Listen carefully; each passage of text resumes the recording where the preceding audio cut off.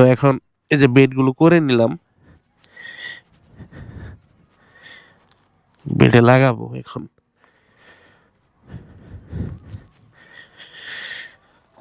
তো এখন শীতকালীন আবহাওয়া, আপনারা যারা জমিতে রোপণ করবেন স্ট্রবেরির চারা, অবশ্যই যেখানে সবসময় রোদ পড়ে সেখানে লাগাবেন। আর গরম দিনে অবশ্য স্ট্রবেরির ফল হয় না, চারা করা যায়। গরম দিনে কিন্তু এই স্ট্রবেরির চারা বাঁচিয়ে রাখাই কষ্টসাধ্য ব্যাপার।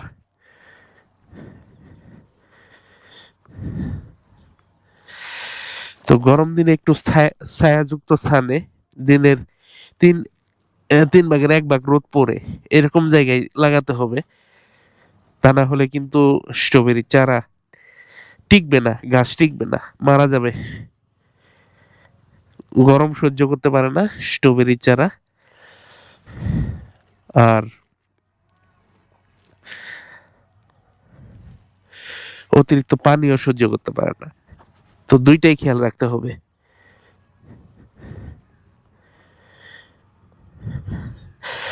আমার দর্শকদের মধ্যে যারা ছাদ বাগানি রয়েছেন বা বাড়ির আঙিনায় লাগাবেন, আমার কাছ থেকেই কিছুদিন পর চারা পাবেন।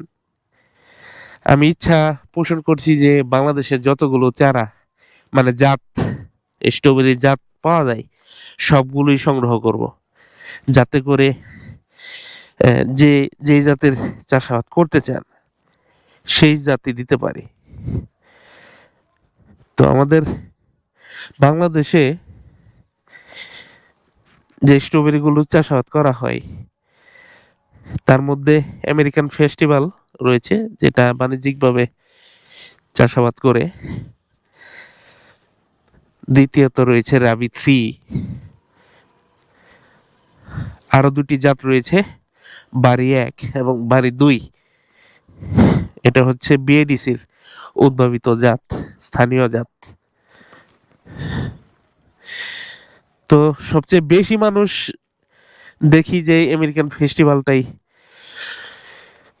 বেশি পছন্দ করেন, কারণ এ এ জাতের চারার গাছের রোগ সহনশীলতা বেশি, মানে খুব সহজেই রোগে আক্রান্ত হয় না।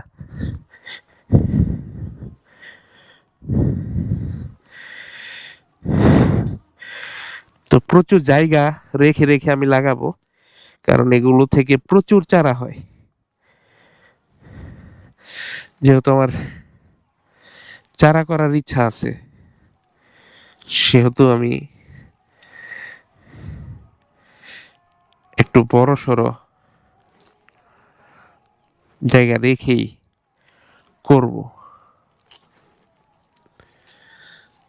তো পলি ব্যাগগুলো ছাড়িয়ে ছাড়িয়ে লাগাবো।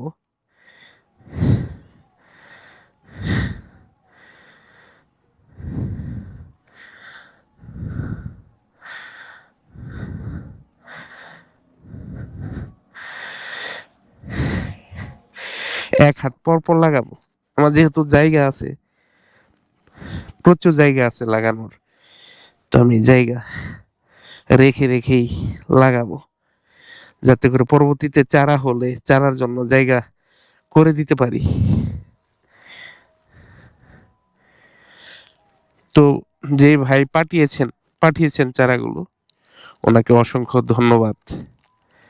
খুব সুন্দর করে প্যাকিং করে পাঠিয়েছেন আমার কাছে।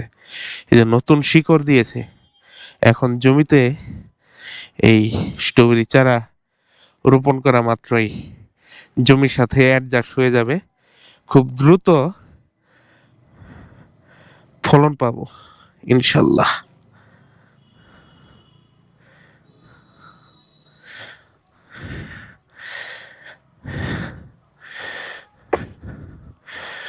চারাটা একটু দুর্বল, পরে লাগাবো ওটা।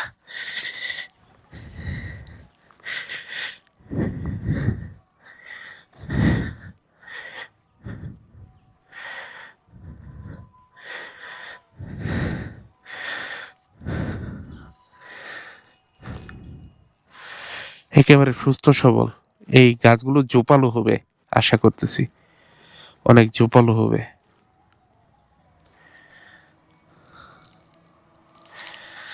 তো কে কে স্ট্রবেরি পছন্দ করেন, খেতে পছন্দ করেন, চাষাবাদ করতে পছন্দ করেন, আমার এই লাইভে যারা যুক্ত হয়েছেন, আপনাদের মাঝে স্ট্রবেরি চাষি থাকলে একটু সাড়া দিবেন। আমি কিন্তু পুরাতন চাষি এই স্ট্রবেরির। আমি ছাদে 2 বছর চাষাবাদ করছি, ছাদের টবে। জমি ছিল না, এই জমিটা অনেক স্ট্রাগল করে নিয়েছি, আপনাদেরকে আগেই বলেছি যে জমিটা নিতে অনেক বেগ পোহাতে হয়েছে। অন্যজন চাষাবাদ করতো, তো ওনার কাছ থেকে অনেক বুঝিয়ে সুঝিয়ে জমিটা নিয়েছি, যে আপনি তো চাষাবাদ করতে পারতেছেন না, আমার একটু সুযোগ দেন, বাড়ির কাছে এই জমিটা আমার, আমিও যাতে কিছু লাগাতে পারি, পরিবারের চাহিদাটা পূরণ করতে পারি, তো আমাকে জমিটা ছেড়ে দেন।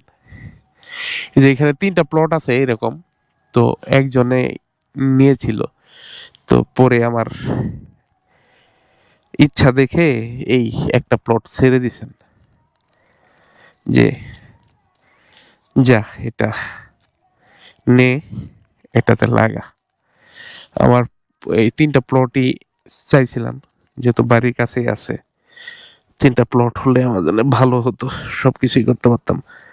ওই পাশে আলু লাগানো হয়েছে, ওনারা আলু লাগাইছেন, তো আমার অল্প একটু জমি, সেজন্য আলু আর লাগাই নেই।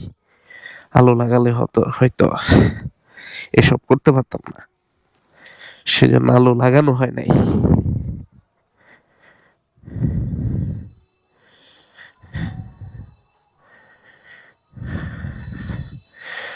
তো রানারও রয়েছে গাছের সাথে সাথে, রানার। তো যারা ফলের জন্য করবেন, অবশ্যই রানার বের হতে দিবেন না। ফল শেষ হলে চারা করার চেষ্টা করবেন।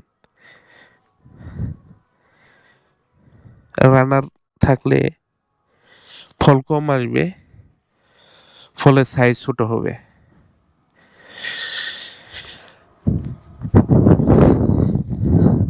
আর যারা শুধু চারা করবেন, সমস্যা নেই, আপনারা যত রানার বের হবে সব রানার থেকেই চারা নিতে পারবেন।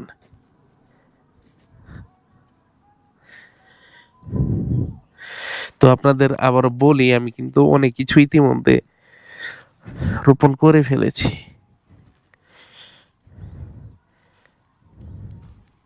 4-5টা জাত রয়েছে বাংলাদেশের মধ্যে স্ট্রবেরির।